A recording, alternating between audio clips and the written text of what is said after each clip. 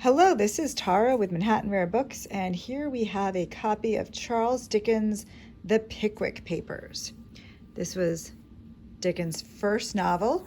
It was published serially in 1836 to 1837, and then in book form, which is what we have here, in 1837.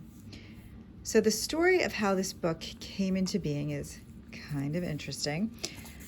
Dickens was approached by publishers, and he was asked to write the text for a series of illustrations by a popular comic artist at the time, Robert Seymour.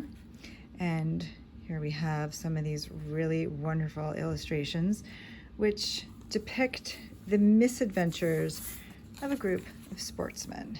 Here we have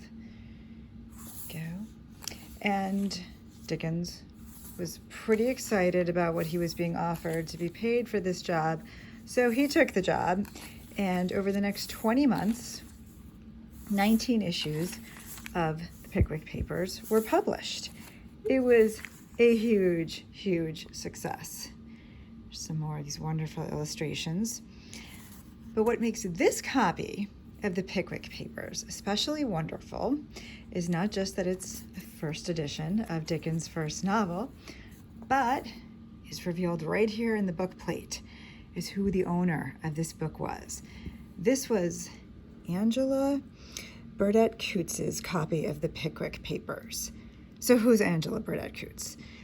She was someone that the King Edward VII supposedly called her the most remarkable woman in the kingdom.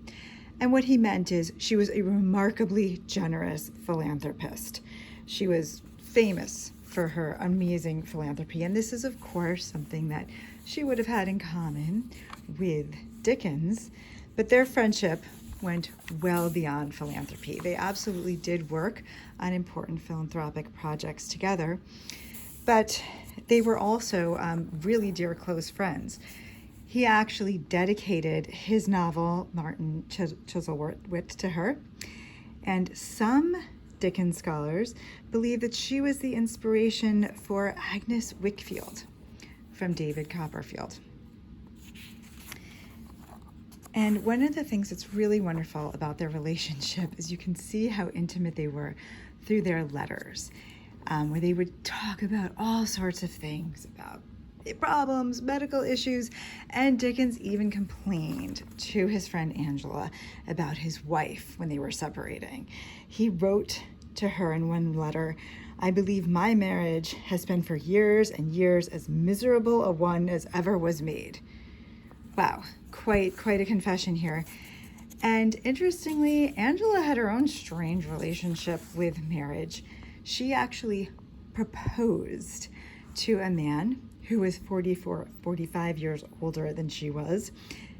Thankfully, he declined her kind proposal.